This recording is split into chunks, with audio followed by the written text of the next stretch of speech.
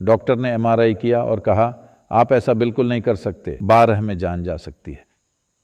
मैंने कहा नहीं, मुझे ये करना है। 45 मिनट होते होते मेरा बायां पैर अजीब हरकत करने लगा, जो छोटी छोटी चीजों के लिए अपना जीवन कुर्बान कर देते हैं। वो जिसने दुनिया देखी है, रंग से परे, स्वाद से परे, इंद्रियों के बोध से परे, 21वीं सदी में वो योगी बिल्कुल मूर्ख ही माना जाएगा कि उसने अपनी आंखें बाहर निकाल ली। पर जिंदगी ऐसी ही है।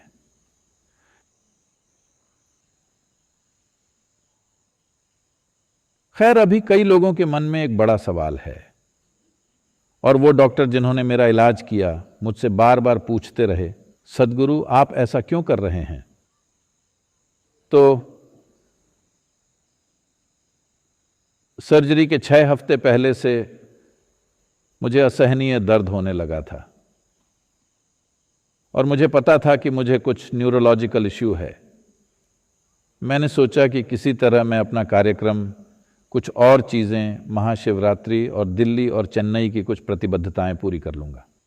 और फिर मैंने सोचा कि मेरे पास अमेरिका का 1 महीना है ही, एक दर्शन को छोड़कर मेरे पास पूरा 1 महीना खाली था। मैंने सोचा मैं खुद को ठीक कर लूँगा, लेकिन ये सारी गतिविधियाँ, महाशिवरात्रि, पहला खून उससे 6 हफ्ते पहले निकला था, महाशिवरात्रि में दूसरी बार निकला। फिर मैं चेन्नई गया और वापस आया और फिर दिल्ली गया। 15 की शाम को मेरा एक प्रोग्राम था। डॉक्टर ने एमआरआई किया और कहा आप ऐसा बिल्कुल नहीं कर सकते।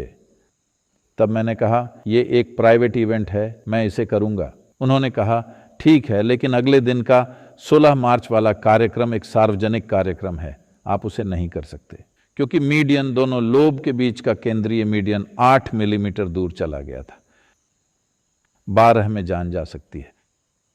मैंने कहा नहीं, मुझे ये करना है। तो मैंने वो कार्यक्रम किया।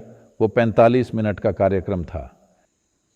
45 मिनट होते होते मेरा बायां पैर अजीब हरकत करने लगा, तो मैं बाहर आया और एमआरआई कराया, तो उसमें पता चला कि ये 11.5 मिलीमीटर तक जा चुका है।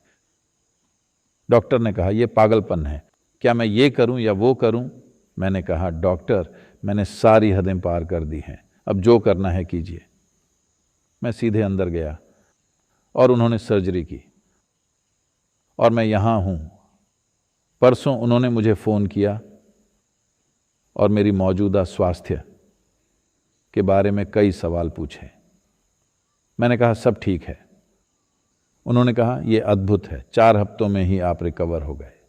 खैर, जब मैंने देखा कि मेरा बायां पैर अजीब हरकत कर रहा है, तो मुझे पता था कि ये निश्चित रूप से घातक हो सकता है, जो बड़ी बात नहीं है। लेकिन आपका बायां हिस्सा पैरालाइज्ड हो सकता है, जो एक आम बात है, या आपकी आवाज़ जा सकती है, या आपकी दृष्टि जा सकती है। मैं दृष्टि खोने को लेकर थोड़ा असहज था।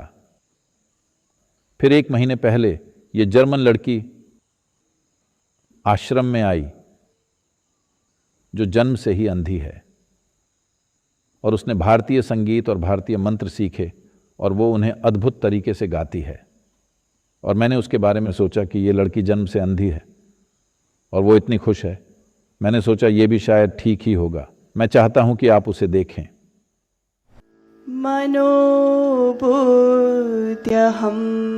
मनोबुद्ध्यहंकार चेतनिनाहं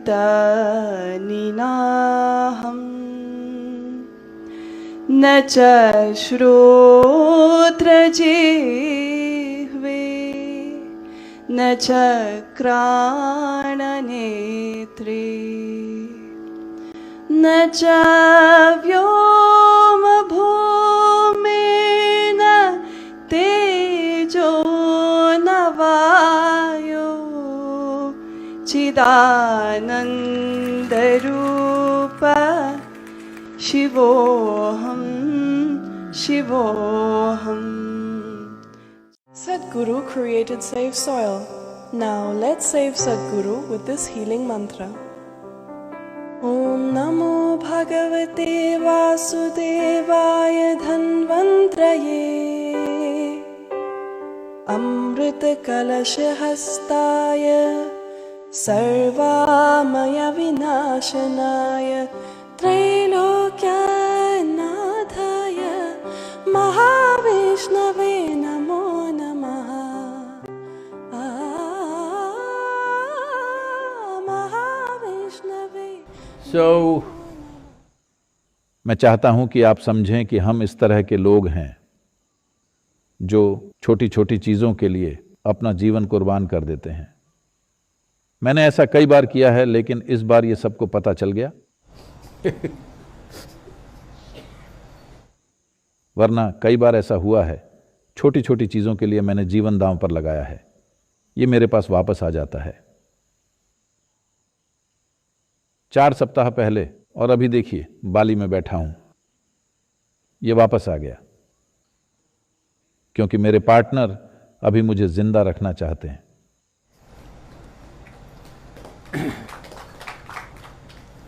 लेकिन अगर आप खुद को बचाने की कोशिश करते हैं तो आप जीवन का मूल्य नहीं जानते। इसलिए ये जानते हुए, इससे पहले कि आप कोई भी निर्णय लें, मैं आपको याद दिला दूं कि आप किसी ऐसे व्यक्ति के साथ हैं जो छोटी छोटी चीज़ों के लिए अपनी जान देने को तैयार है।